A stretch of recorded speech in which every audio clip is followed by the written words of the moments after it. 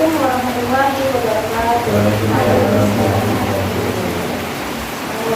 Yang terhormat Bapak Kepala Sekolah Guru yang Bapak Kalau, kemudian Bapak Ibu Guru SD Negeri 67/98 Kalau yang saya hormati. Pertama, marilah kita mengucapkan syukur kepada Allah Subhanahu wa Ta'ala. Kita masih diberikan kesehatan dan juga kemudahan serta mudah-mudahan kita selalu diberikan keberkahan untuk setiap kegiatan, ilmu dan juga rezeki yang kita dapatkan saat ini. Berikutnya, sholawat serta salam sama-sama kita hadiahkan kepada junjungan alam, yakni Nabi Muhammad SAW. Allahumma sholli ala sayyidina Muhammad wa ala alihi sayyidina Muhammad.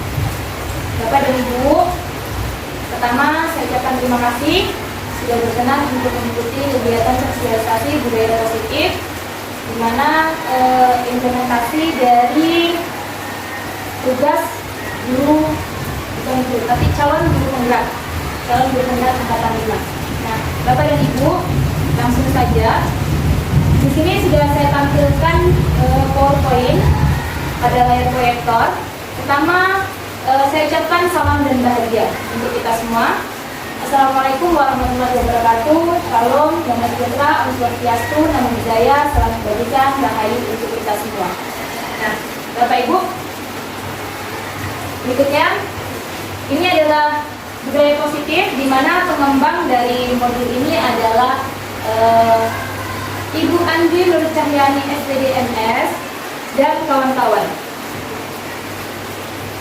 Selanjutnya, ini sebagai pertanyaan pemantik. Bapak Ibu silahkan jawab secara lisan dari 3 pertanyaan ini. Nanti Bapak Ibu boleh mengacungkan tangan untuk menjawab secara sukarela.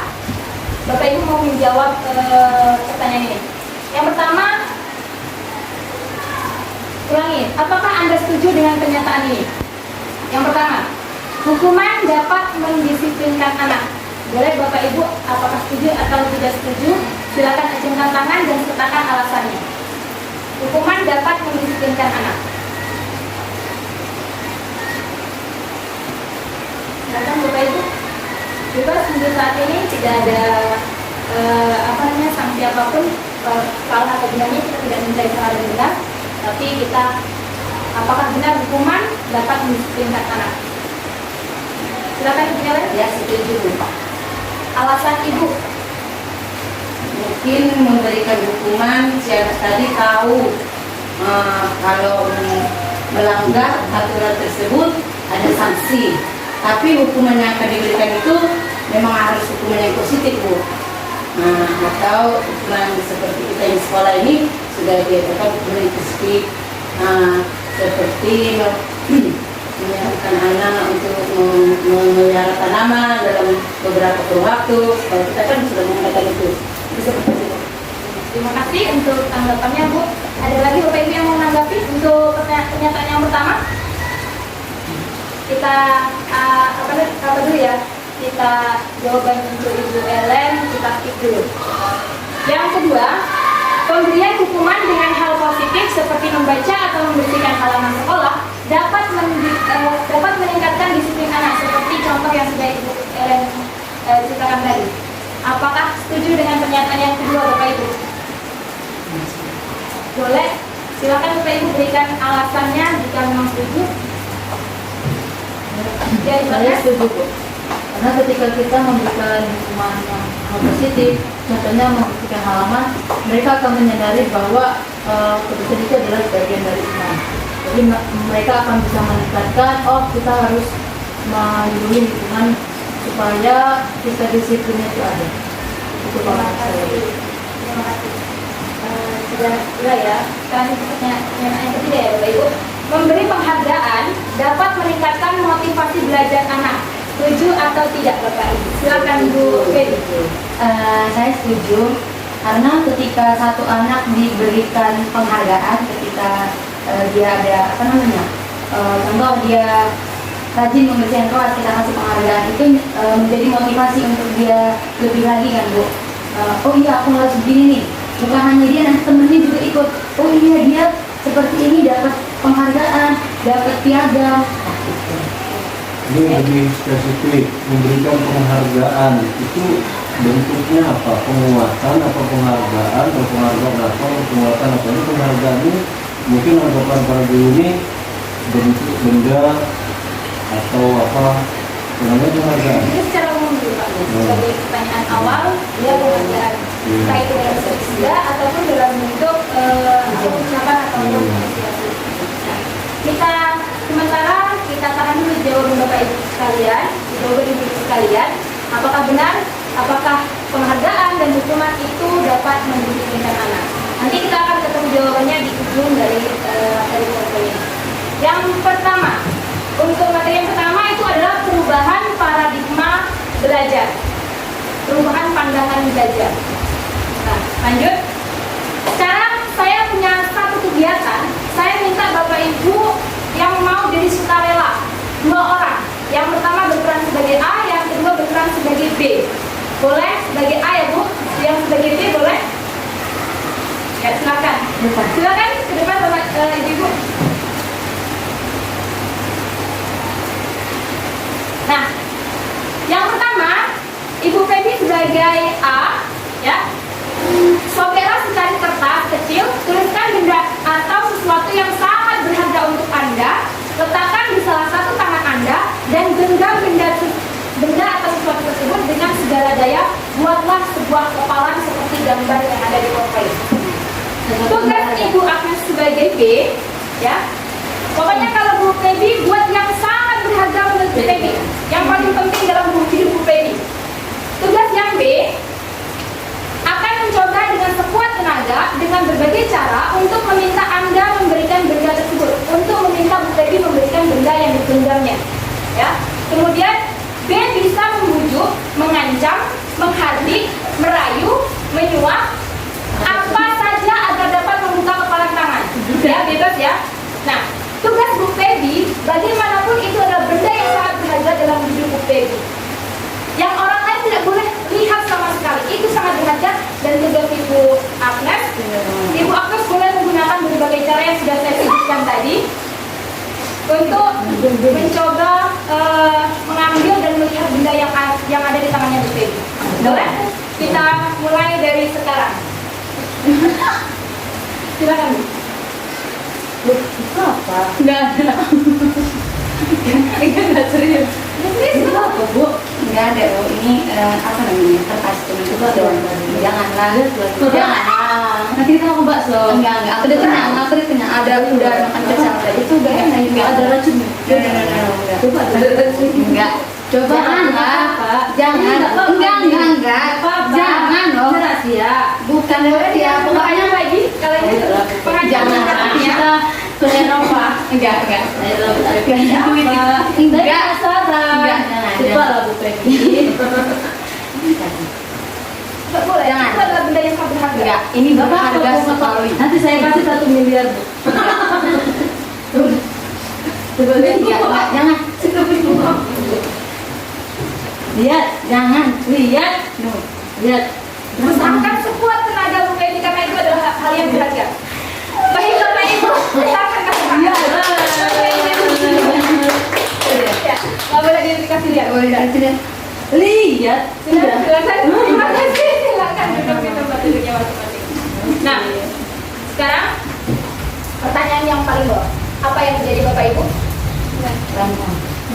Berantem karena caranya menggunakan masa. Ibu Ellen, soalnya boleh lebih keras.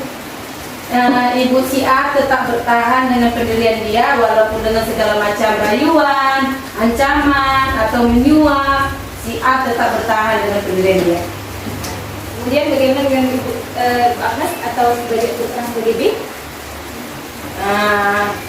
Kalau yang berperan sebagai B-nya mungkin kepada dia sudah berusaha dengan mencapai sesuatu yang dia inginkan dengan cara dia ingin mengetahui apa yang di tangan si A tadi. Dia berusaha dengan segala cara seperti membujuk, bahkan mengancam dan menyuap dan sebagainya. Nah, Bapak Ibu, kira-kira dari yang sudah kita lihat tadi, kira-kira jika dimasukkan ke dalam diri kita, kira-kira itu termasuk dalam benda apa? Kontrol diri. Nah, Sekarang pertanyaannya, apakah Ibu Agnes bisa mengkontrol dirinya Bu Feby dengan meminta dan Bu Feby memberikan apa yang sangat berharga? Tidak. Apakah Bu Feby bisa mengkontrol dirinya Bu Agnes? Tidak. Tidak juga untuk jangan memaksa? Iya. Tidak juga kan? Nah, terus apakah Bu Feby tadi sudah bisa mengkontrol dirinya untuk mempertahankan hal yang sangat berharga dalam hidupnya? Sudah. Sudah. Nah, sekarang siapa yang punya kontrol diri atas diri kita Bu Feby? Diri kita sendiri itu. Bisakah orang lain kontrol diri kita? Tidak. Tidak. Sekarang pertanyaannya ke anak kita. Kita bisa kontrol anak-anak didik kita? Baru kita sadar Bapak Ibu ya, ternyata kita selama ini kita tidak bisa kontrol anak didik kita. Sementara selama ini itu bukan kontrol, itu kita hanya mengajak, kita hanya mengayomi, kita hanya mendidik, kita hanya menuntut. Kita tidak bisa mengkontrol mereka. Makanya sering terjadi anak bertengkar, bertindih, karena ada sesuatu dari mereka bertindih itu, mereka bertengkar itu. Ada yang mau mereka capai. Nah, kita lanjut dulu materinya Bapak Ibu. Nah, inilah perubahan paradigma teori kontrol. Ilusi. Semua itu hanya ilusi yang sering kita lakukan selama ini di kelas. Yang pertama, ilusi guru mengontrol murid. Itu ilusi Bapak Ibu. Itu bukan hal yang nyata. Itu hanya ilusi saja. Hanya pendapat kita. Nah, berikutnya lagi, ilusi bahwa kritik dapat membuat orang merasa bersalah, dapat menguatkan karakter. Tidak, itu hanya ilusi. Kita memberi kritik orang lain, itu hanya memberikan mereka bersalah saja. Ya kalau mereka dalam diri dia bersalah. Kalau enggak, nah itu hanya ilusi. Berikutnya, ilusi bahwa semua penguatan positif, efektif dan bermanfaat. Belum tentu semua penguatan positif, baik itu penghargaan, hadiah, itu belum tentu efektif. Itu hanya ilusi. Nah, ilusi itu berarti tidak semuanya nyata ya. Lalu berikutnya, ilusi bahwa orang dewasa memiliki hak untuk memaksa. Oh tidak. Orang dewasa seperti kita, layaknya sebagai seorang guru, tidak ada hak kita memaksa anak kita, memaksa murid kita. Tuh. Ini kita di awal dulu Bapak Ibu. Nanti yang mana yang dikatakan budaya positif, kita akan ketemukan nanti. Berikutnya, ini perubahan paradigma stimulus respon dan juga teori kontrol. Siapa sesungguhnya yang memiliki kontrol? Siapa tadi Bapak Ibu? Diri kita sendiri. Nah, stimulus respon. Jadi kita memberi stimulus dan juga respon dari anak. Itu yang sering kita lakukan. Nah, bagaimana dengan teori kontrol? Ini kebandingannya ya. Kalau di stimulus respon, kita mencoba mengubah orang agar berpandangan sama dengan kita. Nah, itu yang sering kita lakukan saat ini kepada anak-anak kita. Kalau di teori kontrol, kita berusaha memahami pandangan orang lain tentang dunia. Kenapa dia melakukan itu? Tidak tahu. Karena ada sesuatu di balik yang dia lakukan. Nah, kita berusaha.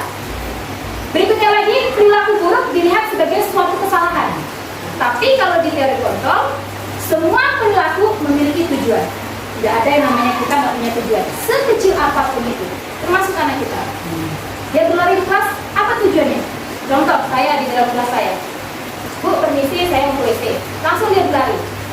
Nah, tujuan dia berlari apa? Dia mau cepat-cepat ke WC. Iya. Nah, lanjut. Orang lain bisa mengontrol saya.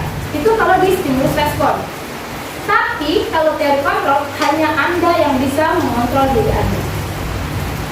Berikutnya, saya bisa mengontrol orang lain. Perbandingannya, Anda tidak bisa mengontrol orang lain. Berikutnya lagi, pemaksaan ada pada saat rujukan gagal. Seperti yang sudah dilakukan sama Bu Agnes, dipaksa. Saat rujukannya gagal, tetap dipaksa Bu Feby tadi. Nah, itu pada stimulus respon. Nah, pada teori kontrol, kolaborasi, bekerja sama, dan konsensus menciptakan pilihan-pilihan baru. Nah, berikutnya lagi, model berpikir menang kalah. Siapa yang menang, siapa yang kalah. Kalau di stimulus respon. Tapi kalau di teori kontrol, model berpikir menang-menang. Kedua pihak saling menang. Jika terjadi pertentangan, permasalahan, jadi tidak ada yang menang kalah. Itu perubahan paradigmanya dalam belajar. Lanjut, disiplin positif. Nah, apa itu disiplin positif? Ini adalah skemanya Bapak Ibu. Skemanya disiplin positif ya di sana. Terus kita bisa melakukan ini semua. Yang pertama, Anda tidak bisa mengontrol orang lain, hanya Anda yang bisa mengontrol diri Anda. Lanjut kepada semua perilaku memiliki tujuan. Lalu, model berpikir menang-menang, kolaborasi dan konsensus menciptakan pilihan-pilihan baru. Itu teori kontrol tadi ya Bapak Ibu. Terus, realitas kebutuhan kita berbeda. Kita berusaha mengalami pandangan orang lain tentang dunia. Setiap orang memiliki gambaran berbeda. Nah, ini turun kepada makna disiplin. Lalu ini teori motivasi. Lalu ini 5 posisi kontrol sebagai seorang guru. Lalu berikutnya lagi adalah 5 kebutuhan dasar manusia. Nah, ini masih gambaran secara umum, boleh kita bahas. Untuk teori motivasi. Motivasi untuk menghindari hukuman. Kemudian motivasi untuk mendapatkan imbalan atau penghargaan seperti yang disampaikan oleh Ibu Ellen dan Ibu Debbie tadi. Ternyata itu adalah motivasi ekstrinsik Bapak Ibu. Ekstrinsik dari luar. Dan ini belum tentu efektif untuk merubah anak menjadi, atau bukan merubah ya, lebih tepatnya menuntun anak untuk sesuai dengan kodratnya, untuk sesuai dengan disiplin-disiplin yang ada di sekolah kita. Ini belum efektif. Nah, lanjut kepada untuk menghargai diri sendiri. Ini baru motivasi intrinsik. Jadi bagaimana sekarang kita menjadikan anak itu menghargai dirinya sendiri? Mungkin kalau aku terlambat, nanti aku malu nih dilihat sama teman. Nah, itu sudah terjadi motivasi intrinsik dalam dirinya. Nah, berikutnya lagi nilai-nilai kebajikan universal. Lalu turunlah kepada keyakinan kelas. Apa itu? Nanti kita akan lanjutkan. Nah, 5 posisi kontrol. Ini sering terjadi di sekolah kita. Yang paling pertama itu adalah penghukum. Mungkin 1-2. Terus berikutnya pembuat rasa bersalah. Nah, itu juga posisi kontrol sebagai seorang guru. Lalu sebagai teman. Nah, kadang kita mengajak anak, ayolah nak nulis. Nah, terus pemantau. Nah, ini rasanya kalau untuk 1-4 itu sering kita lakukan. Tapi yang kelima, ini hal yang baru, termasuk juga saya, manajer. Kita adalah manajer di kelas kita Bapak Ibu. Kita mengatur di kelas kita, tapi dalam hal ini kita mengatur anak sesuai dengan keyakinan kelas dan juga kesepakatan kelas yang sudah disepakati. Ada aturannya dalam menjadi manajer ini. Tidak semena-mena kita, tidak semaunya kita, tapi ada. Apa aturannya? Dengan menggunakan segitiga restitusi. Nah, segitiga restitusi ini apa? Kita akan lanjutkan nanti. Nah, untuk kebutuhan dasar. Nah, ternyata anak kita ribut dan bertengkar. Dia mau memenuhi kebutuhan dasar dia sebagai manusia. Karena anak kita bukan boneka Bapak Ibu. Mereka manusia yang kepengen penguasaan. Kadang ada anak yang mau berkuasa, sok berkuasa di kelas. Berarti dia mau memenuhi kebutuhan dasarnya sebagai penguasa. Selanjutnya kasih sayang dan rasa diterima. Ada anak yang ribut terus, pas kita lihat, nah dia berarti kepengen dikasih kasih sayang dan rasa diterima di dalam kelas itu. Ada lagi kesenangan. Ada anak yang lari-lari, ada yang dengan musik langsung nyanyi-nyanyi. Itu adalah cara dia untuk menyenangkan diri dia, membahagiakan diri dia. Nah, lalu ada kebebasan. Ada anak yang pas senang bergoyang, senang menyanyi, dimarah sama temannya, diomelin sama temannya, dia merasa tidak bebas di situ, terus dia melawan sama temannya. Nah, berarti dia pengen kebebasan dari kesenangannya dia kan. Lanjut ya Bapak Ibu. Nah, ini apa makna disiplin? Disiplin itu berasal dari bahasa Latin yang artinya belajar.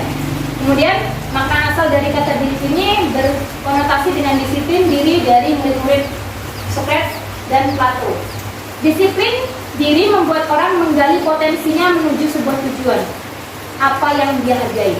Namun dalam budaya kita, makna kata disiplin telah berubah menjadi sesuatu yang dilakukan seseorang pada orang lain untuk mendapatkan kepatuhan. Itu dalam budaya kita di sekolah. Untuk patuh saja itu baru disiplin katanya. Nah, terus kecenderungan umum adalah menghubungkan kata disiplin dengan ketidaknyamanan, bukan dengan apa yang kita hargai atau pencapaian suatu tujuan mulia. Nah, ini makna disiplin yang sekarang ini ada pada kita. Kalau anak sudah patuh dengan peraturan berarti dia disiplin, padahal tidak. Disiplin itu dalam dirinya. Kata Ki Hajar Dewantara, disiplin itu adalah disiplin dirinya masing-masing. Gitu. Nah, tidak ada hubungannya sama peraturan segala macam. Kesadaran dirinya dan juga disiplin dirinya. Lanjut Bapak Ibu. Nah, ini nilai-nilai kebajikan universal. Nilai-nilai kebajikan universal adalah sifat-sifat positif manusia yang merupakan tujuan mulia yang ingin dicapai setiap individu. Coba, kalau ada anak bersalah, kita tanya, nah kamu, atau kita kasih gambar. Ini gambar anak memakai baju sembarangan saat hari Senin. Ini gambar anak menggunakan seragam yang lengkap. Kita suruh anak milih, kamu mau jadi yang mana? Ayo. Pasti dia akan pilih gambar yang memakai seragam yang lengkap. Nah, dari situ kita sudah tahu bahwa setiap manusia itu maunya baik. Cuman cara mereka saja, cara anak-anak kita yang belum tahu ini baik atau buruk, maka mereka akan melakukan hal yang buruk menurut mereka. Itu tugas kita untuk menuntun. Nah, jadi pasti semua orang akan memilih hal yang baik ketika dihadapkan sebuah pilihan. Ya Bapak Ibu. Nah, itulah yang dikatakan dengan nilai-nilai kebajikan. Setiap manusia ingin memiliki nilai-nilai yang mulia. Nilai-nilai tersebut bersifat universal, menyeluruh, dan lintas bahasa, suku bangsa, agama, maupun latar belakang. Setiap perilaku, perbuatan memiliki suatu tujuan. Ya Bapak Ibu, setiap perilaku anak kita di dalam kelas, saat kita mengajar, mereka mungkin lari ke sana sini, itu punya tujuan. Ialah 5 kebutuhan dasar tadi. Kemudian lagi, dengan mengaitkan nilai-nilai kebajikan yang diyakini seseorang, maka motivasi intrinsik akan terbangun. Nah, jadi kalau anak kita sudah memiliki nilai kebajikan dan juga yang diyakini sama mereka, maka motivasi dalam dirinya akan terbangun di anak-anak kita. Sehingga menggerakkan motivasi dari dalam untuk dapat mencapai tujuan mulia yang diinginkan. Nilai-nilai kebajikan yang ingin dicapai oleh setiap anak Indonesia kita kenal dengan profil pelajar Pancasila. Nah, ini kaitannya dengan profil pelajar Pancasila. Beriman bertakwa kepada Tuhan Yang Maha Esa dan berakhlak mulia, mandiri, bernalar kritis, berkebinekaan global, bergotong royong, dan kreatif. Lanjut Bapak Ibu. Tadi nilai-nilai universal, sekarang motivasi perilaku manusia. Nah, ini teori motivasi perilaku manusia. Untuk menghindari ketidaknyamanan atau hukuman, apa yang akan terjadi apabila saya tidak melakukannya? Ini adalah motivasi eksternal atau ekstrinsik.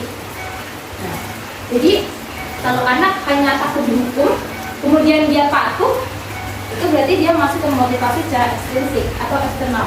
Belum tumbuh keyakinan dan nilai-nilai kebajikan dalam dirinya. Lanjut, untuk mendapatkan imbalan dari orang lain atau institusi, apa yang akan saya dapatkan apabila saya melakukannya? Ini pada penghargaan. Ini masih motivasi eksternal atau ekstrinsik. Nah, yang ketiga, untuk menghargai diri sendiri. Saya akan menjadi orang yang seperti apa bila saya melakukannya? Nah, ini adalah motivasi internal atau ekstrinsik. Tujuan disiplin positif. Jadi, apa yang akan kita lakukan setelah ini? Kita akan menunjukkan motivasi intrinsik pada kita. Dengan apa? Kita lanjutkan dulu. Lanjut. Nah, ini. Pengertian merdeka menurut Ki Hajar Dewantara. Merdeka itu bukan bebas dari kejadian saja.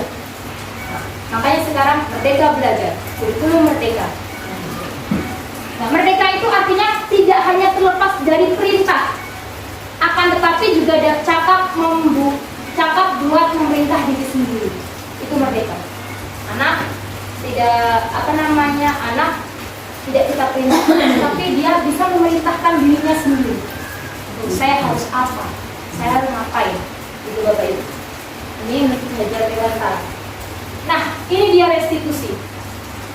Hal yang akan kita lakukan setelah kita menjadi manajer di kelas kita masing-masing bersama anak kita. Apa itu restitusi? Restitusi itu adalah proses menciptakan kondisi bagi murid untuk memperbaiki kesalahan mereka. Nah, ini. Jadi ketika ada anak salah, kita memperbaiki kesalahannya. Bukan kita, kamu sudah melanggar peraturan ini, jadi kamu pergi ke sana, kamu bersihkan ini. Itu sebagai penghukum. Kita masih sebagai penghukum. Atau lagi, kamu sudah berbuat salah ya nak, nanti ibu kena marah sama bapak kepala sekolah. Itu kita membuat anak merasa bersalah. Nah, jadi kalau bagaimana seharusnya pada restitusi kita akan berkolaborasi dengan anak. Ngapain sih nak? Kamu tadi berbuat apa? Nanti ada di kita tahapan-tahapan dari restitusi. Nah, lanjut dulu sehingga mereka bisa kembali pada kelompok mereka dengan karakter yang lebih kuat. Kemudian restitusi juga merupakan proses kolaboratif, nih, kerjasama yang mengajarkan murid untuk mencari solusi untuk masalah mereka. Kita hanya memberikan respon kepada mereka. Kamu mau ngapain setelah ini? Nah, kamu udah bersalah kayak gini, kira-kira mau ngapain? Nanti mereka akan menjawab sesuai dengan keinginan mereka, dan pasti keinginan mereka itu adalah kebajikan dalam diri mereka sendiri. Terus, dan membantu murid berpikir tentang orang seperti apa yang mereka ingin menjadi, tujuan mulia. Pasti mereka, saya ingin menjadi orang baik bu, saya ingin menjadi orang yang disiplin bu. Dan pasti itu jawaban dari anak kita ketika mereka berbuat salah ya Bapak Ibu.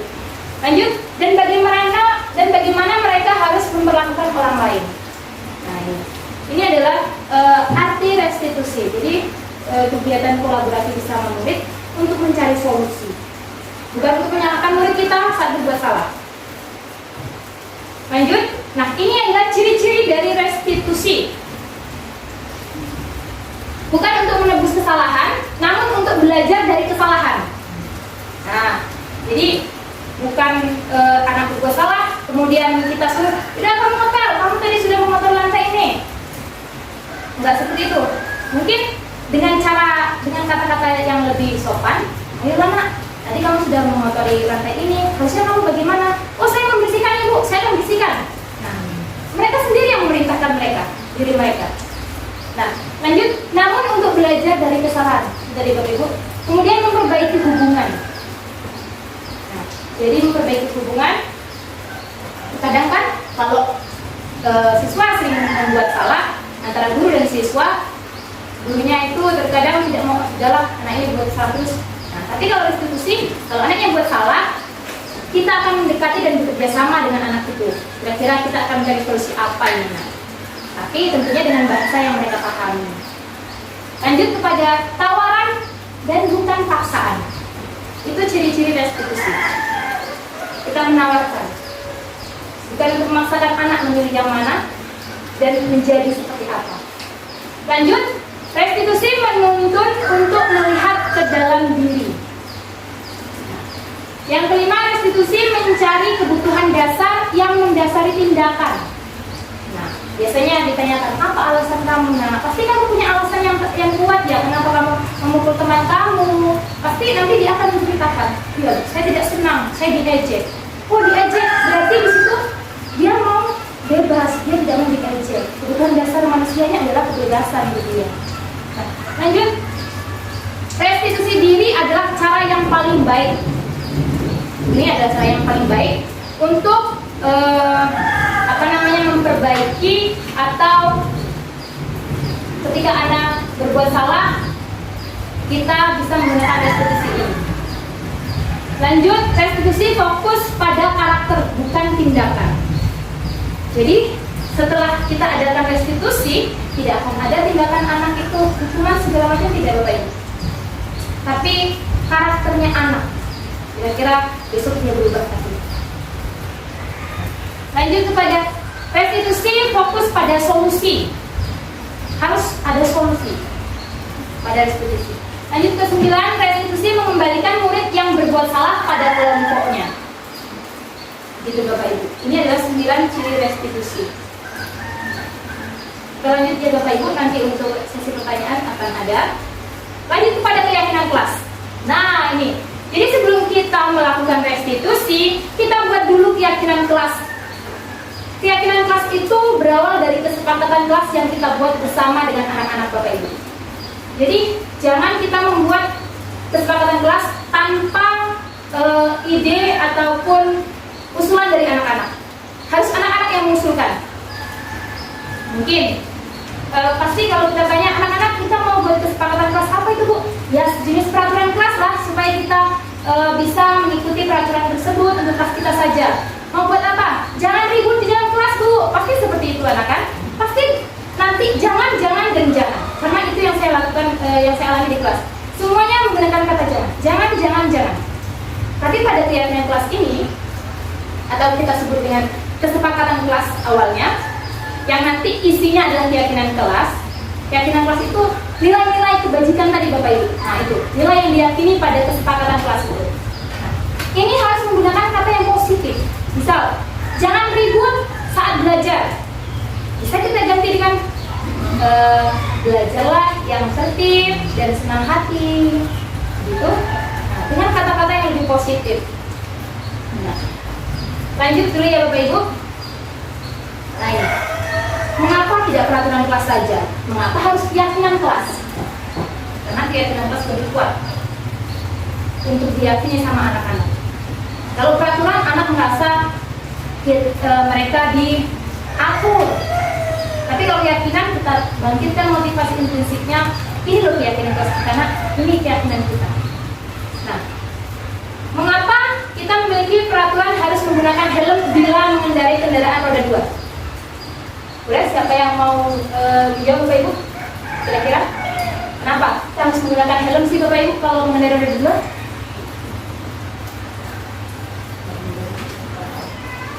Menggunakan kepala. Artinya apa? Apa yang kita lindungi saat itu? Kepala kita. Ya, kalau jadi kan supaya selamat kan? Iya kan? Nah, berarti selamat, keselamatan.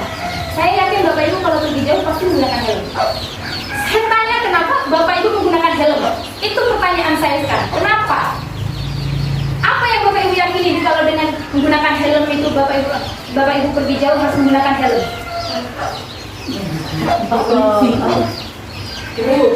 Mana? anak tangkap polisi. Razia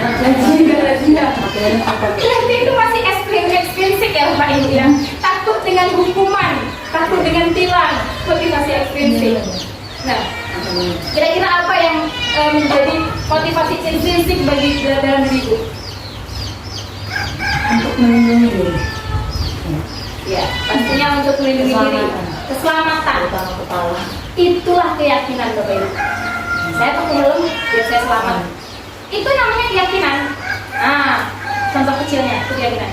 Lanjut kepada mengapa kita memiliki peraturan 3M, menggunakan masker, mencuci tangan, dan menjaga jarak 1,5 meter saat kita COVID kemarin. Supaya virus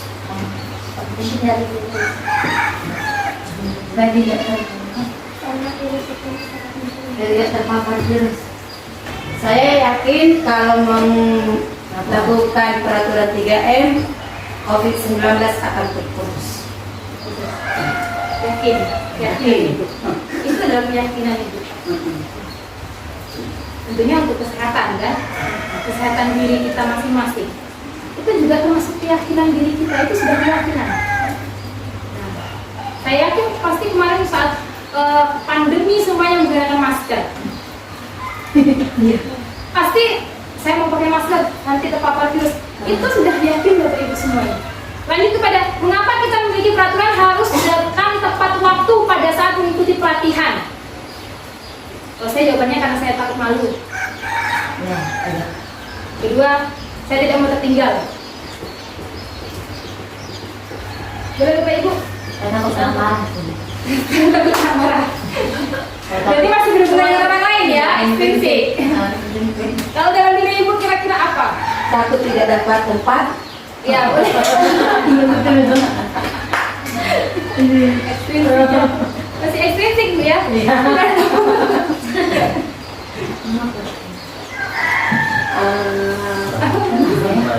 Malu. Ya. Malu. Boleh?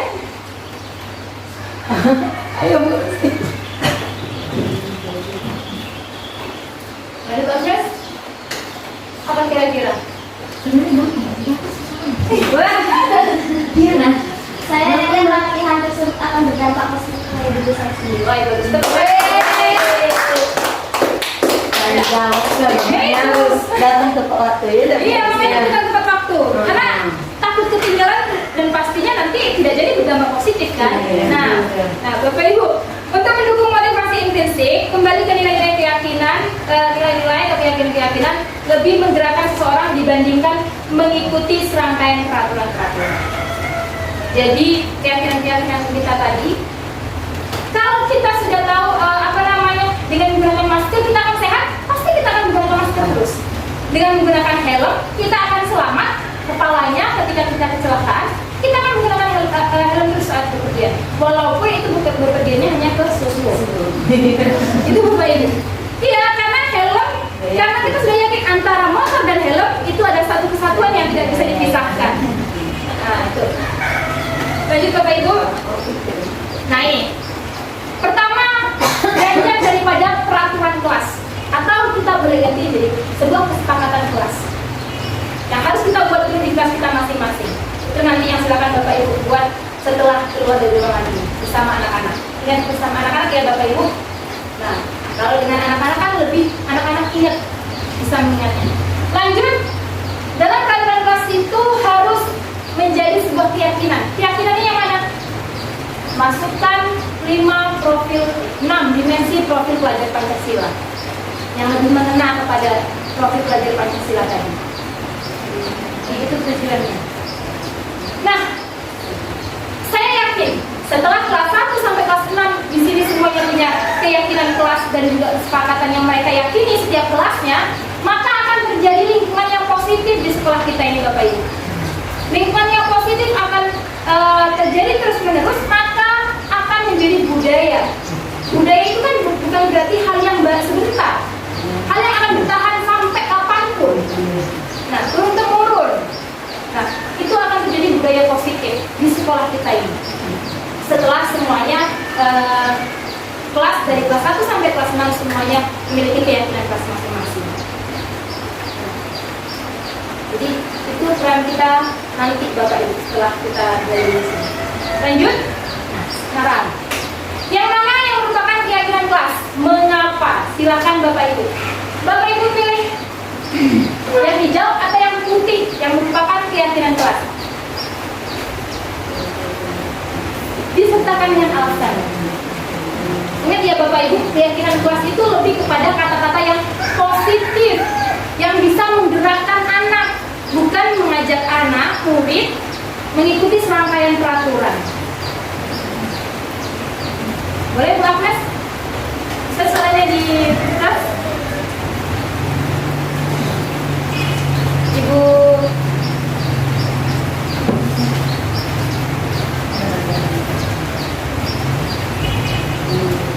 yang hijau atau yang putih yang merupakan keyakinan kelas Bapak Ibu?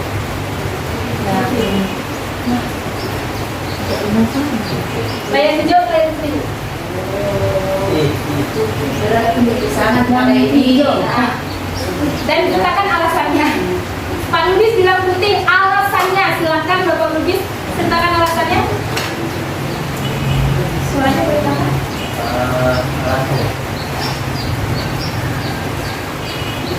Kaitannya yang keyakinan kelas. Ya, yang mana yang merupakan keyakinan kelas? Alasannya apa? Alasan. Ya. Alasannya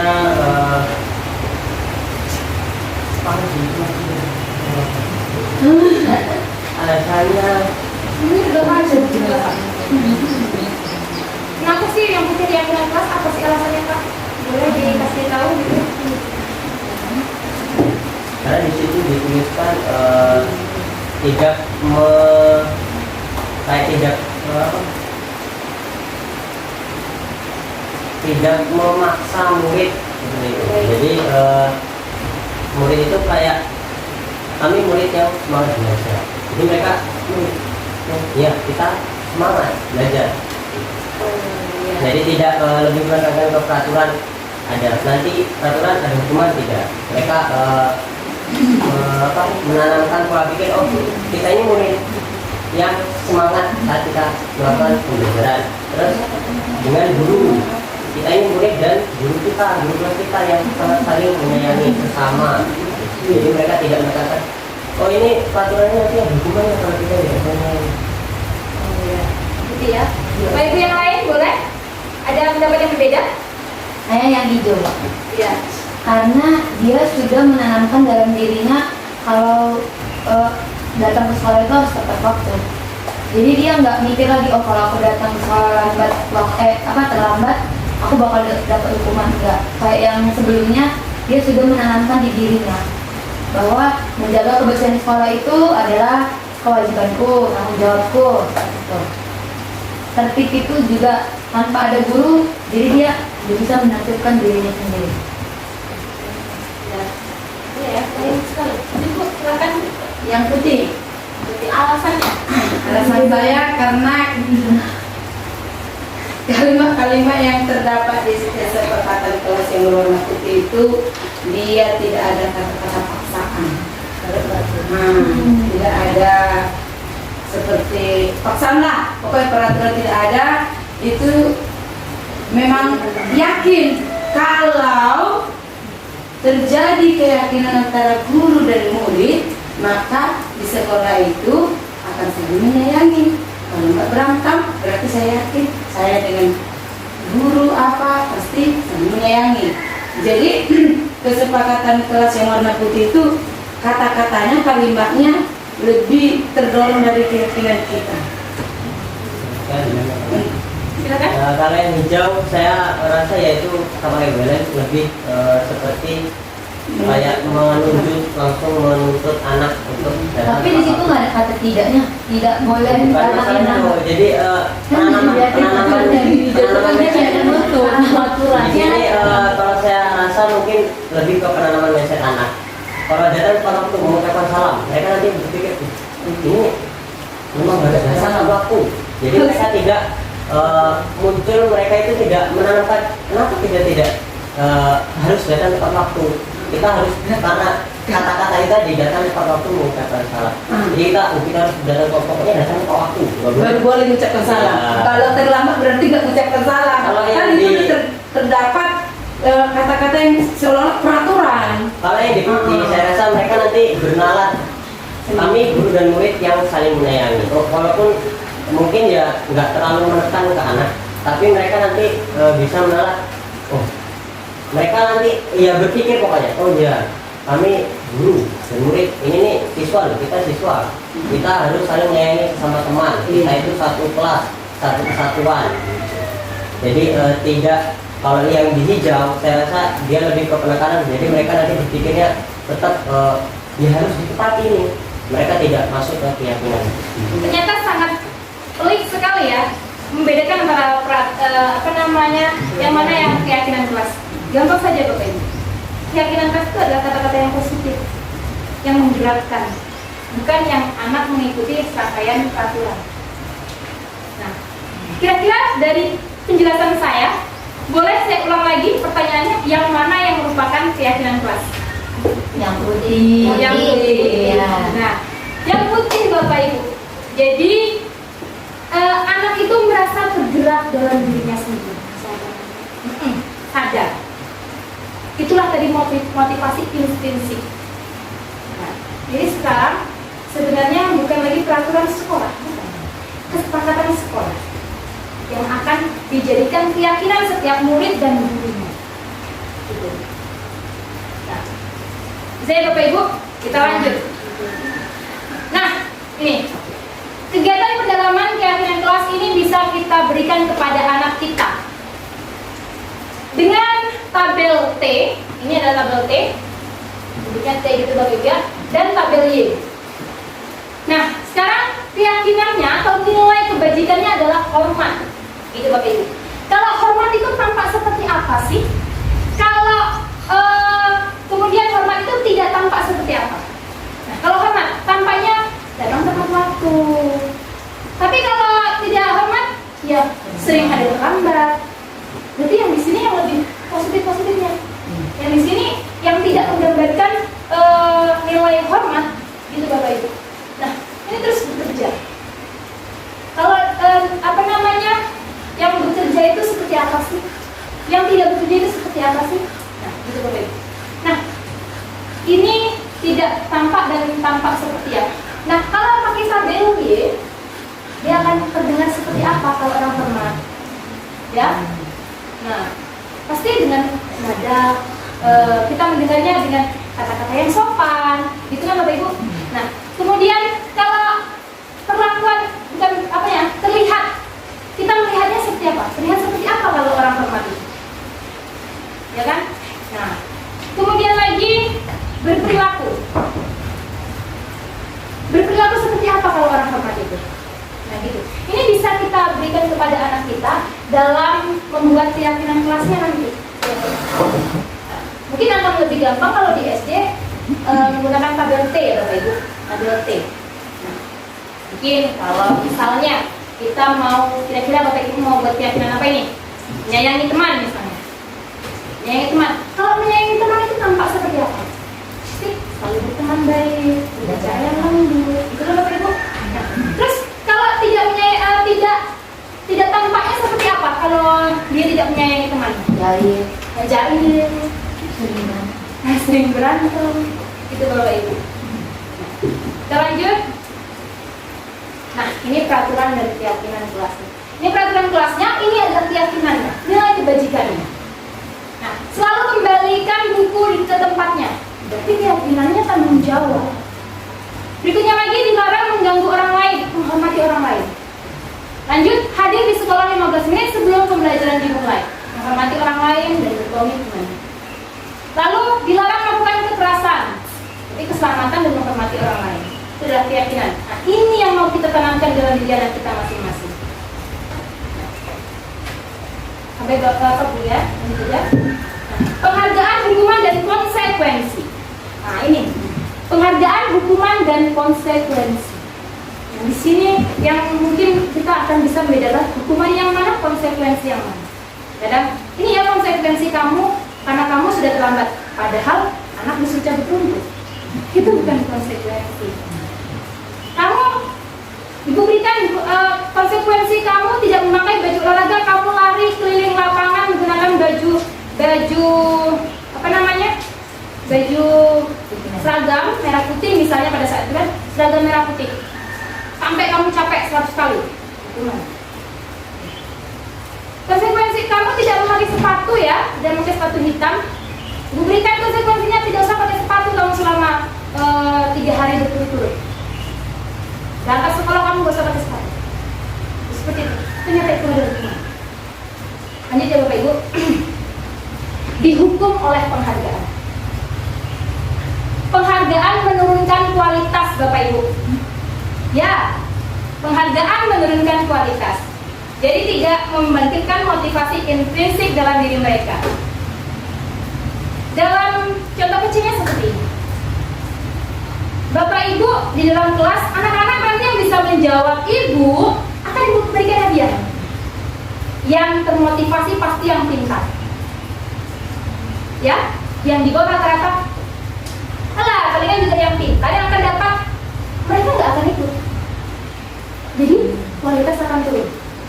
Ya, betul Bapak Ibu ya? Betul. Seperti itu. Kualitas akan turun. Harusnya apa? Kita harus menggerakkan semua anak kita. Jadi penghargaan itu menurunkan kualitas. Jadi belum efektif kalau untuk memberikan motivasi atau untuk memotivasi anak kita masing-masing. Lanjut, penghargaan mematikan kreativitas seperti yang saya contohkan tadi. Anak-anak silakan kalian menggambar yang sangat cantik. Ternyata ada yang pintar menggambar. Yang dapat hadiah pun yang pintar menggambar. Yang dapat penghargaannya. Otomatis yang tidak pintar menggambar males lah. Nanti yang pintar menggambar juga yang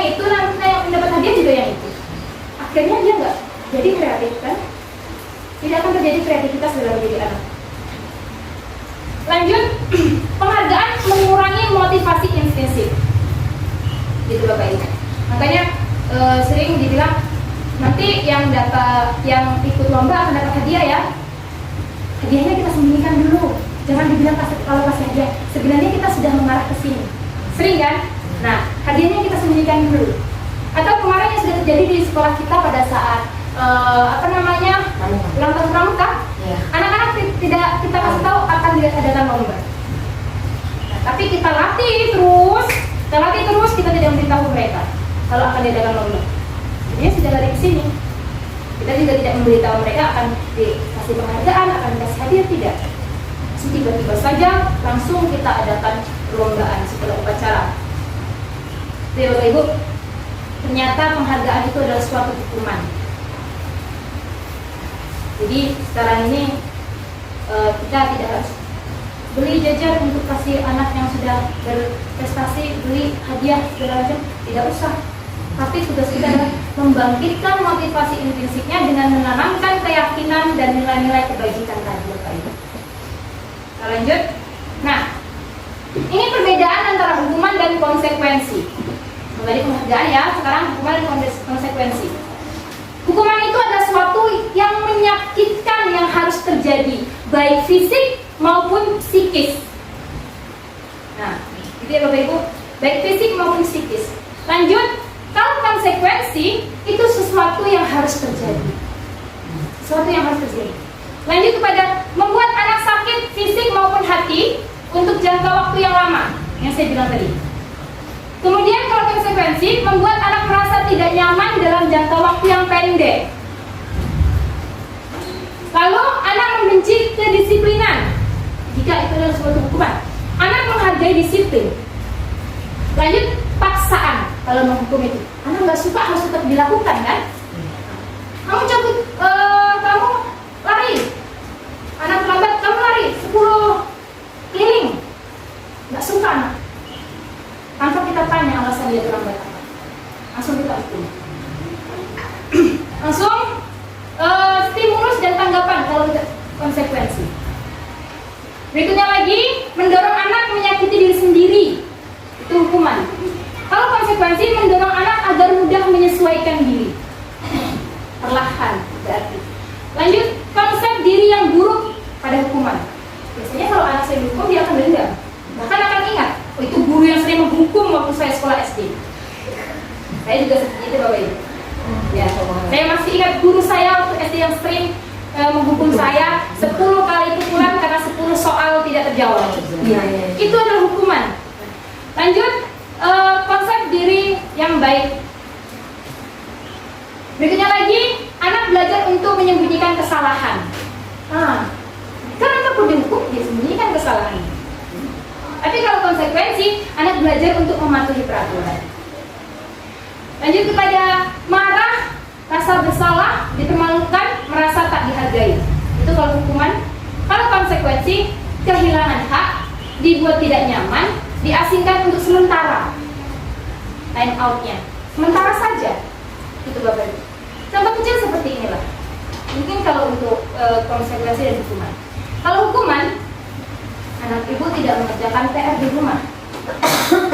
Anak ibu tidak mengerjakan di rumah. Langsung tanpa tanya alasan, bapak dan ibu langsung menyuruh cuci WC, atau cabut rumput, atau push up 10 kali, atau lari, atau apalah segalanya yang dapat menyakiti fisik dan psikis dan merasa anak itu tidak nyaman dan tidak membangun anak itu lagi. Nah, tapi kalau konsekuensi, anak kita tidak mengerjakan PR, silakan kamu ulang, kerjakan PR ini, jawab PR ini di sini, kamu ditambah lagi soalnya sekian. Itu konsekuensi. Atau anak kita merusak barang milik temannya, merusak pena misalnya, atau merusak penghapus misalnya, silakan kamu perbaiki penghapus teman. Itu konsekuensi. Gitu Bapak Ibu. Jadi kita tidak ngambil kalau hukuman itu menyakiti anak secara fisik dan psikis. Kalau konsekuensi itu hanya membuat anak tidak nyaman saja, tapi cuma sementara. Nah itu. Kita lanjut ya Bapak Ibu. Nah ini, silakan Bapak Ibu jawab. mencatat 100 kali di dalam buku kalimat, saya tidak akan terlambat lagi karena terlambat ke sekolah. Itu hukuman atau konsekuensi. Boleh di ketik jawabannya di kertas. Nanti kita akan lihat ini kira-kira apa betul atau tidak jawabannya Bapak Ibu sekalian. Untuk lebih memahami konsekuensi dan hukuman. Yang nggak ada buku boleh di apa ya, jawab sendiri. Nanti apakah benar atau tidak jawabnya.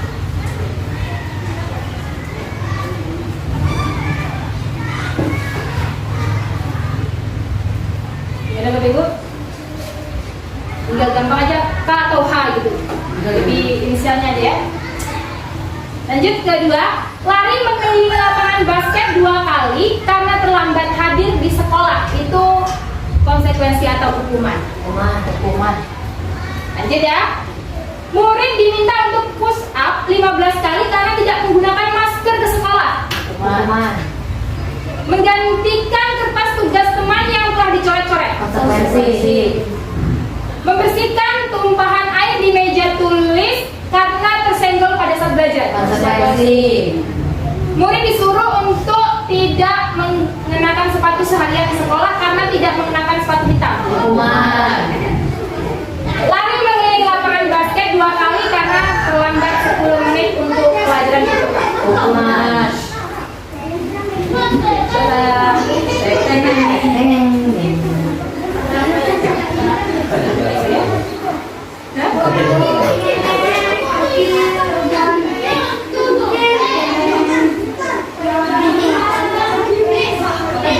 Itu semuanya benar. Iya. Aku kalau Bapak Ibu semua jawab dengan benar? Benar. Jadi mencatat itu hukuman Bapak Ibu ya. Mencatat 100 kali, anak tidak nyaman. 100 kali disuruh mencatat. Kemudian lari mengelilingi lapangan basket 2 kali. Nah, kemudian lagi murid diminta untuk push up 15 kali. Hanya karena tidak pakai masker. Masalahnya sih kalau gurunya baik hati kasih masker, gitu kan?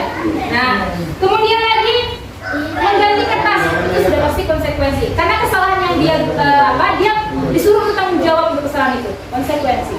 Berikutnya lagi membersihkan tumpahan air, konsekuensi. Murid disuruh untuk tidak mengenakan sepatu seharian, itu sudah pasti hukuman. Nah, tapi beda sama sekolah kita yang sudah menerapkan tidak menggunakan sepatu karena apa ya? Lanjut kepada lari mengelilingi lapangan basket 2 kali karena terlambat 10 menit untuk pelajaran PJOK. Kenapa Bu itu ada konsekuensi? Kan pelajaran PJOK Bu. Pelajaran PJOK. Temannya tadi udah lari mungkin kan? Jadi makanya disuruh dulu lari juga. Iya kan? Iya. Kalau temannya 1 kali dia cuma ditambah 1 kali lagi ya nggak apa-apa, konsekuensi. Itu Bapak Ibu ya. Iya. Lanjut ya. Nah ini. Hukuman itu adalah identitas yang gagal. Tapi kalau konsekuensi dan restitusi itu adalah identitas yang sukses. Nah, gitu Bapak Ibu. Sesuatu yang menyakitkan harus terjadi. Iya Bapak Ibu. Sesuatu harus terjadi. Restitusi merupakan pilihan. Ini boleh Bapak Ibu. Nah, kalau identitas yang gagal itu adalah hukuman, itu adalah negatif, konsekuensi netral. Kalau restitusi itu lebih pada positif hasilnya. Nah, Bapak Ibu, kebutuhan dasar manusia. Nah, inilah kebutuhan dasar manusia.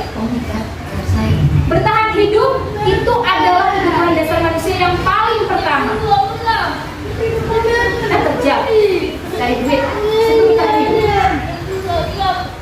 Kemudian kasih sayang dan rasa diterima, penguasaan, kesenangan dan kebebasan. Sebenarnya anak-anak kita itu mau mencapai kebutuhannya mereka, tapi mereka belum tahu caranya seperti apa.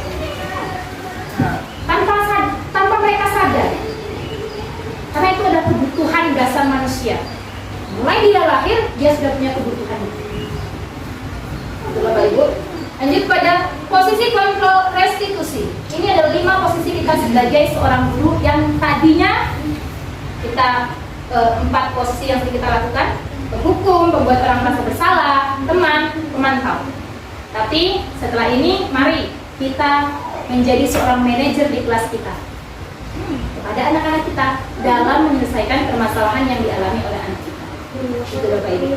Nah, guru berbuat apa pada posisi penghukum? Menghardik, menunjuk-nunjuk, menyakiti, menyindir. Oh, ternyata menyindir juga penghukum ya Bapak Ibu ya. Nah, ada anak yang bersalah di sana, yang disindir di sini. Itu ya Bapak Ibu. Kemudian, membuat orang merasa bersalah, berceramah dan mengatakan seharusnya ibu kecewa. Gitu. Jangan mana kamu kamu sudah buat ibu sedih loh. Itu membuat anak merasa bersalah. Nanti anak kita kan nggak tahu, jadi dia makin kehilangan identitas dirinya. Lanjut kepada teman, membuat alasan-alasan untuk muridnya. Mungkin lebih sering mengajak, ayo nak, tapi nanti akan ada yang imbasnya kepada anak. Terus pemantau, menghitung dan mengukur. Kemudian lagi manajer, mengajukan pertanyaan-pertanyaan. Ini pertanyaan-pertanyaan yang sesuai dengan restitusi, nanti akan ada di ujung PowerPoint ini. Kemudian guru berkata, kalau dia posisinya penghukum, kalau kamu tidak melakukannya, awas ya. Nah, itu penghukum Bapak Ibu. Kemudian lagi, pada pembuat orang merasa bersalah, kamu sudah tahu, ibu lelah sekali mengadakannya. Ibu stres.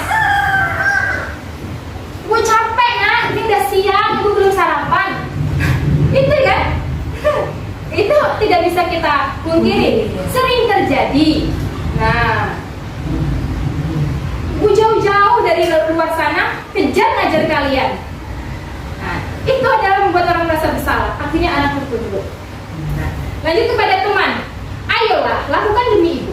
Ayolah, nanti ibu marah sama bapak kepala sekolah. Ayolah nak. Nah, lebih kepada mengajak, itu berarti posisi kita sebagai teman. Kemudian lagi pemantau. Apa peraturannya? Sering juga ini kita mantau. Apa peraturannya? Kok kamu tidak pakai sepatu? Nah, kalau manajer, apa yang kita yakini? Keyakinan apa yang sudah kita buat, kita sepakati, nah gitu. Nanti pasti anak akan menjawab, oh iya, nah gitu. Lanjut, hasilnya kalau penghukum, anak akan memberontak, menyalahkan orang lain, berbohong. Kemudian kalau pembuat merasa bersalah, menyembunyikan, menyangkal, berbohong juga. Kemudian kalau teman, ketergantungan, anak akan tergantung sama kita, gitu. Ya. Kemudian lagi pemantau, menyesuaikan diri bila diawasi. Nah, kalau kita sebagai pemantau, baru dia akan menyesuaikan diri, dia akan patuh. Itu Bapak. Lanjut, kalau restitusi atau manajer menguatkan pribadi mereka, dia akan ingat, oh kemarin aku terus sama ini, aku yakin ini, keyakinan aku kemarin ini. Salah, itu hal yang salah, nggak usah dilakukan. Kalau mereka masih melakukan, berarti tetap kita motivasi intrinsiknya kita kuatkan lagi, karena kan anak-anak juga identitas dirinya memang secara belum terbentuk, belum tahu sebenarnya dia memenuhi kebutuhan dasarnya, tapi dia nggak tahu cara yang benarnya itu seperti apa, gitu Bapak. Lanjut, kaitan dengan dunia berkualitas. Murid meletakkan guru di luar dunia berkualitas. Lalu pada posisi pembuat orang merasa bersalah, murid meletakkan guru di dalam dunia berkualitas. Terus pada teman, murid meletakkan guru di sebagai orang yang sangat penting di dunia berkualitas. Dari pemantau, murid meletakkan guru, peraturan dan hukum di dunia berkualitas. Nah, sebagai manajer, murid meletakkan dirinya sebagai individu yang positif dalam dunia berkualitas. Pada posisi 1 sampai 4 dia meletakkan guru. Nah, tapi kalau pada posisi yang kelima, dia meletakkan dirinya sendiri. Itu Bapak Ibu. Nah, terus murid berkata apa? Kalau di posisi 5 posisi kontrol. Untuk yang pertama, biarkan saja. Nanti juga marah-marah lagi. Nah, itu Bapak Ibu ya. Anak-anak kita seperti itu. Kemudian kalau pembuatan merasa bersalah, maafkan saya Bu, saya nggak akan ulangi. Besoknya diulangi lagi. Tidak lupa Bu. Iya lupa Bu.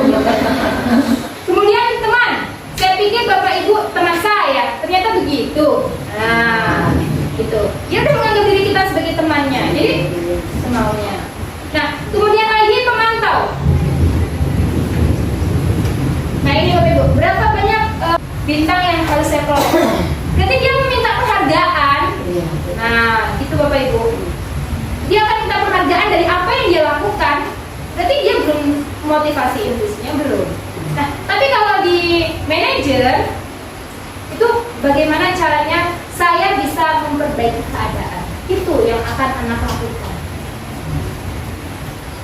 Dampaknya untuk menghukum mengulangi kesalahan, untuk pembuat rasa bersalah, merasa rendah diri anak-anak, kemudian untuk teman lemah, tidak mandiri dan tergantung, kemudian untuk memantau, menitik beratkan pada sanksi ataupun hadiah untuk dirinya. Nah itu kalau saya lakukan ini, saya nggak dapat hadiah, nah itu saya akan dapat hadiah gitu. Nah kalau manajer, mereka kan mengevaluasi diri. Nah bagaimana cara memperbaiki diri? Lanjut, nih Bapak Ibu, pernyataan-pernyataan. Saya kecewa sekali dengan kamu. Posisi apa yang Bapak Ibu?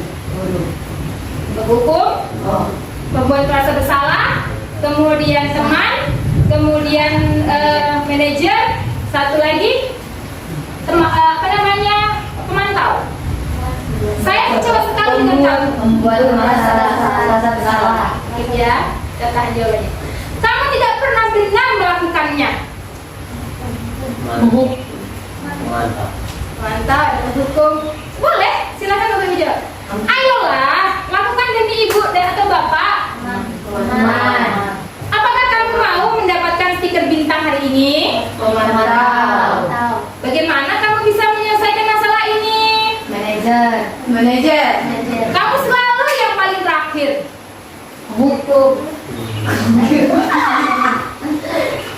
Ayo Bapak Ibu, kita lihat jawabannya. Menghukum. Ya.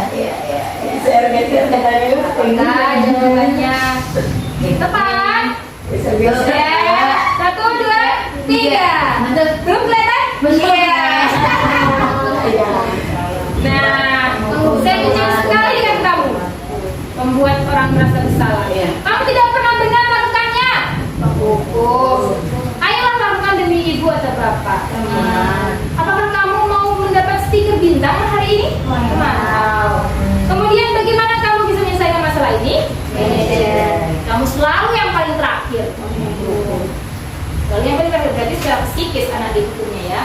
Nah, ini Bapak Ibu. Nah ini bergerak antara peraturan pemantau konsekuensi hadiah ini. Tapi kalau manajer, nilai-nilai manajer dan memperbaiki. Segitiga restitusi. Nah ini dia segitiga restitusi yang kita gunakan dalam menyelesaikan permasalahan anak saat posisi kita menjadi seorang manajer. Ini segitiga restitusi saat menyelesaikan permasalahan anak-anak di dalam kelas. Posisi kita sebagai seorang manajer. Yang pertama, hal yang dasar, kita stabilkan identitas anak. Contohnya dengan kalimat seperti ini. Setiap orang pasti pernah melakukan kesalahan. Nah, kita stabilkan anak itu.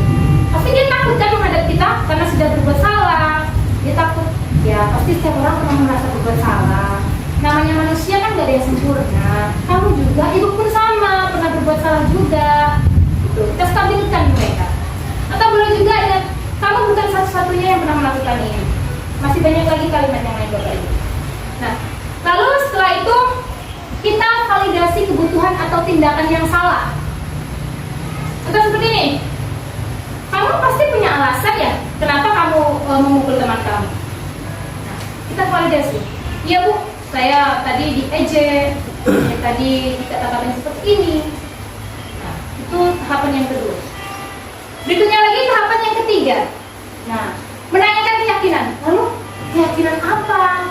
Apakah sekarang ini kamu sudah memukul teman kamu sudah sesuai sama keyakinan yang sudah kita buat kemarin? Kesepakatan kita kemarin? Belum Bu. Yang mana yang belum sesuai? Nanti mereka akan menyebutkan. Contoh, mereka sudah memukul teman. Saya tidak menyayangi teman saya Bu. Hah?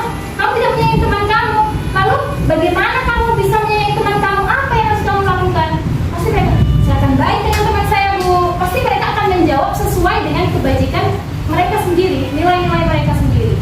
Karena setiap manusia, seperti yang sudah kita bilang tadi, mereka memiliki nilai-nilai kebajikan sendiri. Dan pastinya mereka tidak akan memilih yang salah ketika ditanya.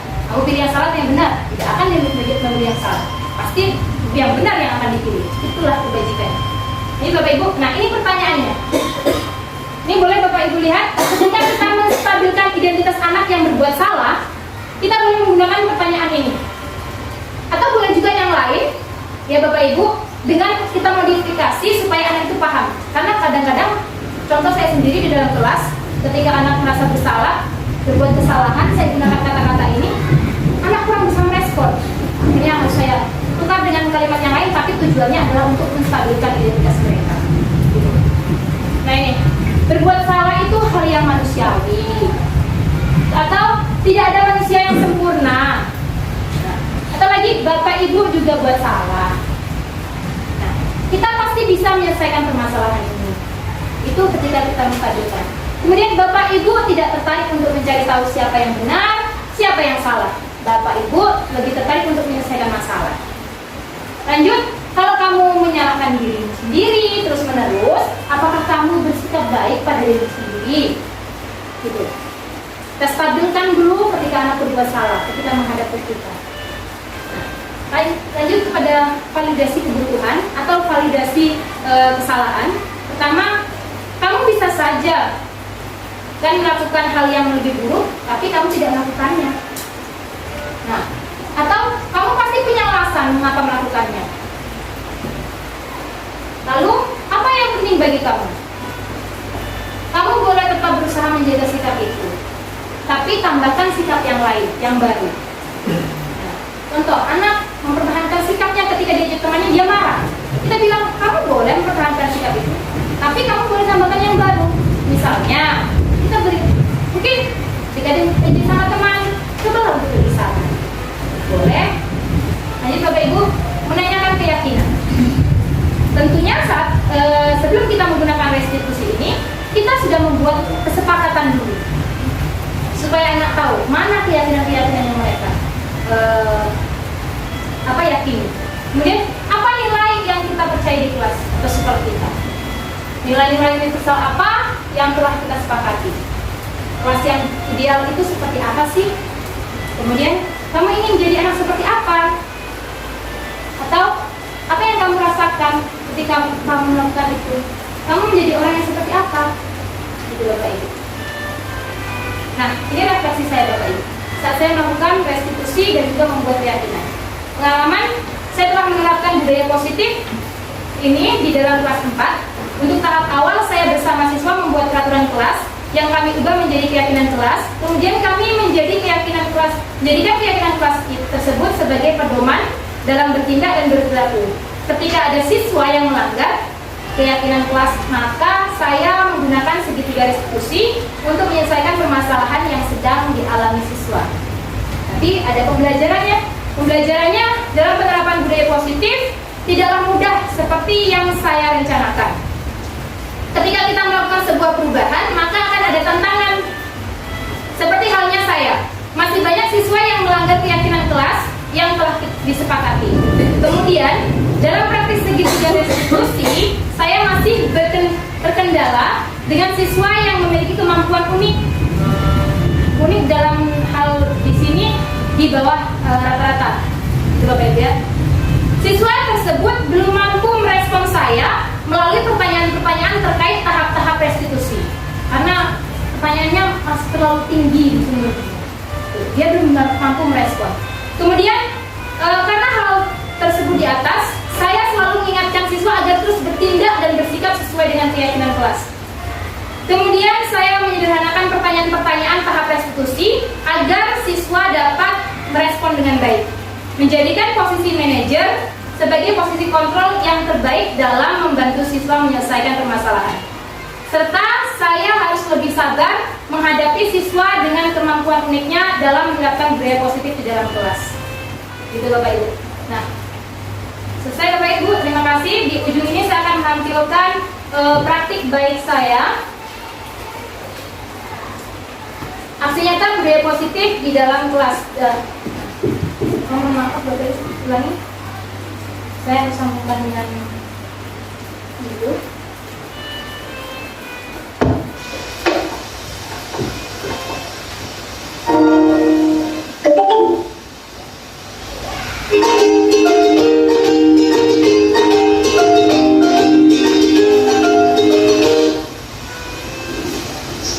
Assalamualaikum warahmatullahi wabarakatuh. Bapak dan Ibu guru hebat, perkenalkan nama saya Mariani, calon guru bergerak angkatan kelima Kabupaten Tebing. Bapak dan Ibu guru, pada video kali ini saya akan memberikan aksi nyata budaya positif yang telah saya terapkan di kelas 4 SD Negeri 067 dan 98 Muara Sekali, Kecamatan Sumai, Kabupaten Tebo, Jambi.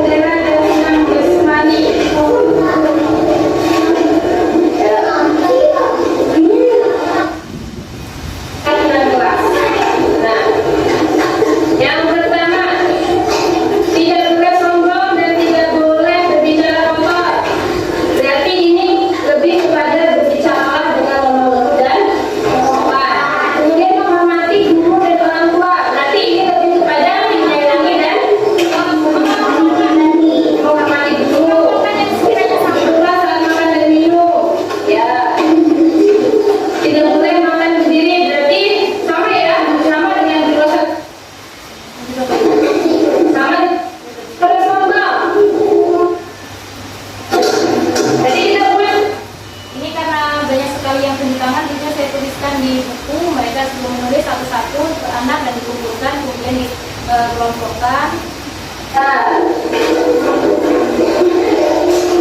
Tertiblah saat upacara bendera dan senam jasmani. Dituliskan Bapak Ibu. Ini masih proses tulisan.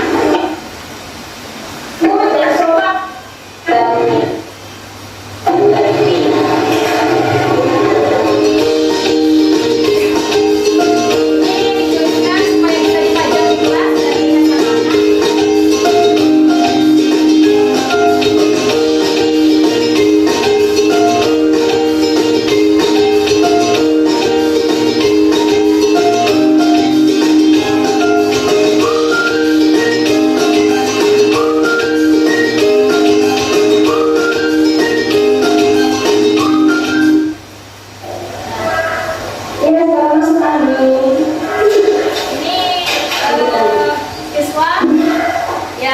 sering berjoget ketika mendengar musik karena dia memberikan biasanya kesenangan, tapi dia tidak suka diejek. Mengapa kamu kenal-kenal? Diejek bagaimana? Tadi saat istirahat saya Biasanya video lalu teman saya melihat saya, lalu saya diajak dan dipanggil artis. Saya marah, lalu saya mengaku diri. Kamu tidak merasa begitu. Tidak manusia tidak pernah sempurna.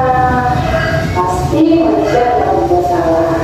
Nah, kemudian di sini ibu tidak mencari siapa yang salah, tapi ibu kita punya kebutuhan beberapa kata dalam status anak tadi. Tidak harus selalu kamu. Nah, pasti kamu punya alasan ya. Kenapa kamu berjoget dan kenapa kamu Saya sangat menyukai seni tari. Sedangkan saat saya mengenal suara musik, saya ingin sekali berjoget ataupun menari. Tetapi saat saya menari berjoget tersebut sering tidak ikut berjoget. dan adik kamu boleh mempertahankan siap, tapi kamu harus menambahkan Ini masih mahasiswa tidak seperti yang salah. menari adalah yang baik dan tidak yang mengejek. Kamu harus bisa apa-apa yang kamu lakukan saat ini sudah sesuai dengan peraturan kelas yang sudah kita sepakati. Lebih sesuai Adik kamu nilai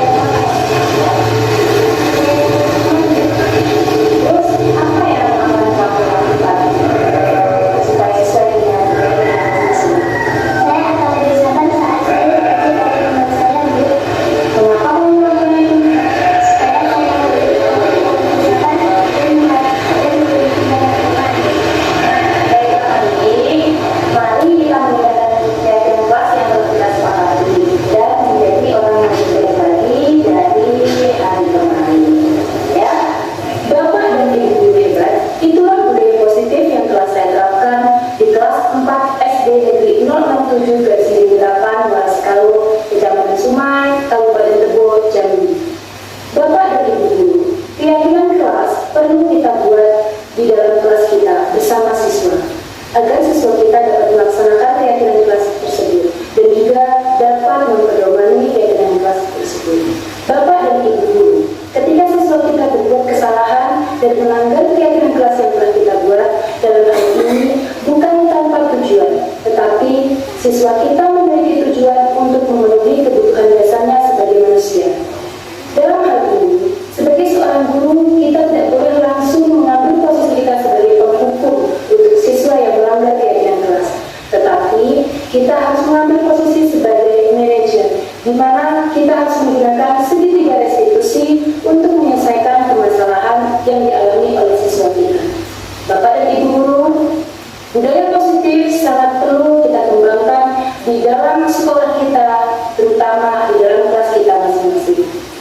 Terima kasih. Saya akhiri. Wassalamualaikum warahmatullahi wabarakatuh. Salam dan bahagia. Ya, terima kasih Bapak Ibu. Itulah aksi nyata yang saya lakukan di dalam kelas 4. Kita membuat keyakinan kesepakatan kelas yang sudah diyakini anak-anak. Kemudian menggunakan restitusi itu memang terstruktur.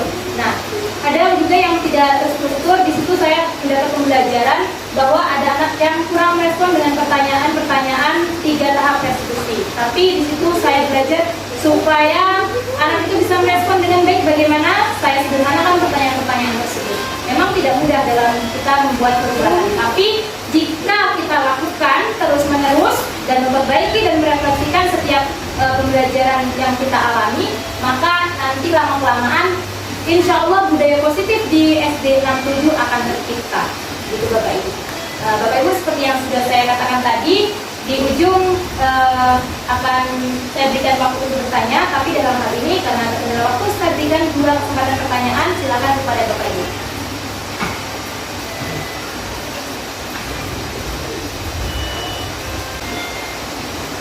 Pas, Bu Dewi. Saya Bu. Tadi kan di namanya PowerPoint itu bahwa penghargaan itu menurunkan kualitas. Nah, pertanyaan saya, gimana cara mengubah paradigma kita sebagai seorang guru bahwa penghargaan itu sebenarnya menurunkan kualitas. Gimana cara kita mengubah pola pikir kita? Karena itu kan menjadi suatu kebiasaan ya di sekolah-sekolah. Kalau misalnya ada sesuatu yang dia lakukan bagus, dikasih penghargaan. Nah, kita sebagai seorang guru gimana cara mengubah paradigma itu? Itu sudah menjadi pandangan kita secara luas ya, bahwa penghargaan itu nanti akan menambahkan motivasi anak. Ya betul, menambahkan, tapi itu adalah motivasi ekstrinsik ya, motivasi eksternal dari anak. Itu bukan mereka melakukan itu karena mereka mau mendapatkan penghargaan. Nah itu, mereka mau mendapatkan penghargaan, mereka mau mendapatkan hadiah, akhirnya mereka melakukan itu. Tapi mereka melakukannya tanpa dari diri mereka sendiri, tanpa disiplin mereka sendiri. Nah, bagaimana cara mengubah pandangan tersebut? Itu pertanyaan Ibu ya. Bagaimana cara mengubah pandangan tersebut?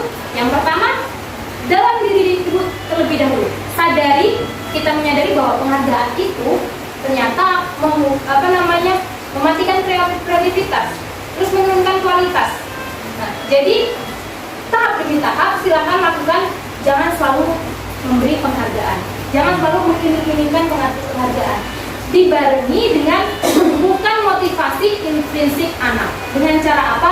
Buat tahap awal tadi, buatlah kesepakatan yang ada keyakinan di dalam kelas itu, yang bisa anak-anak kita yakini. Nanti ketika anak berbuat salah, jangan gunakan 4 posisi kontrol, tapi cukup gunakan yang kelima, manajer. Gunakan saat menjadi manajer, gunakan restitusi tersebut. Ketika anak bingung dengan pertanyaan-pertanyaan seperti itu, sederhanakan lagi, tapi tujuannya tetap 3 tahap. Yang pertama, validasi, stabilkan identitas mereka. Kedua, validasi tindakan yang salah. Ketiga, tanyakan keyakinannya. Nah, masih diulangi lagi, itu pertanyaan saya pada saat itu, masih diulangi lagi, terus dan terus yakinkan anak, tumbuhkan motivasi intrinsiknya, tumbuhkan keyakinannya. Itu Bapak Ibu. Jadi kira-kira sudah terjawab Bu Devi? Atau ada tambahan? Jadi sepertinya ada tambahan ya. Cukup. Silakan Bapak Ibu, satu pertanyaan lagi boleh? Boleh nih. Silakan Bu.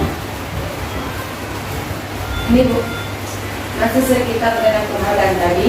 Ya. Ini dalam pertanyaan dari Bu Devi tadi dikatakan bahwa penghargaan tadi gimana gunaannya ya. Jadi kami di sini bertanya, sering terjadi di kelas kita menilai anak itu dengan pekerjaannya, dengan tugasnya itu dengan memberikan nilai-nilai. Itulah termasuk terhadap siswa. Apakah itu termasuk juga penghargaan untuk menurunkan kualitas, mematikan kreativitas, atau mengurangi motivasi intrinsik? Ya. Ada lagi, Mas? Terima kasih pertanyaannya.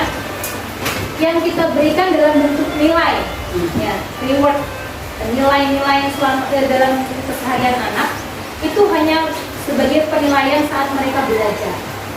Nah, dalam pembelajaran di sini bukan di pembelajaran, tapi lebih kepada sikap di anak. Nah, motivasi dalam diri anak. Nah, di sini kalau itu tidak termasuk penghargaan di situ. Nah, di penghargaan di sini yang mana? Penghargaan di sini bisa berupa hadiah, bisa diberikan mungkin sebuah kekuasaan di dalam kelas. Jadi kalau kamu bisa ini, kamu jadi ketua keamanan loh. Nanti kamu kalau bisa ini, kamu ibu gantikan jadi seksi apa gitu. Nah, jadi itu sebuah penghargaan. Tapi kalau untuk yang kita lakukan memberikan nilai, itu bukan suatu penghargaan. Itu memang seharusnya mereka dapatkan itu, karena itu adalah hasil kerja mereka. Nah, itu penilaian. Itu bukan penghargaan.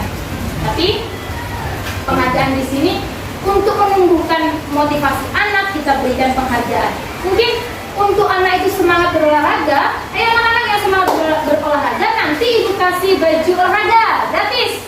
Nah, itu mereka akan berlomba-lomba untuk dapatkan baju olahraga.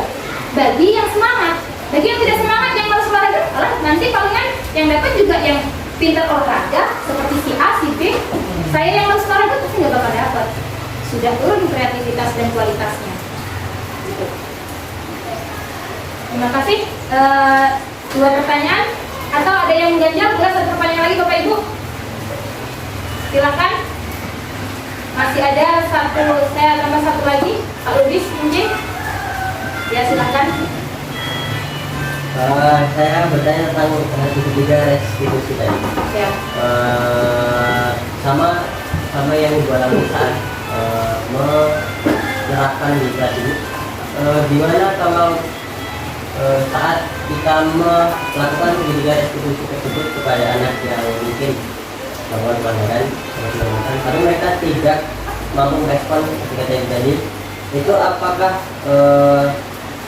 bagaimana tindakan kita untuk biar anak tersebut bisa lebih paham, bisa memahami apa yang kita katakan, bisa memahami apa yang seharusnya mereka perbuat dari kesalahan tersebut. Terima kasih pertanyaannya. Ini berarti lebih kepada bagaimana tindakan kita secara ini ya, instan ketika menghadapi anak itu. Anak ini kok nggak bisa merespon pertanyaan saya gitu kan? Nah, berarti kita langsung bukan kita putar kepala enggak, tapi kita saya sederhanakan pertanyaannya.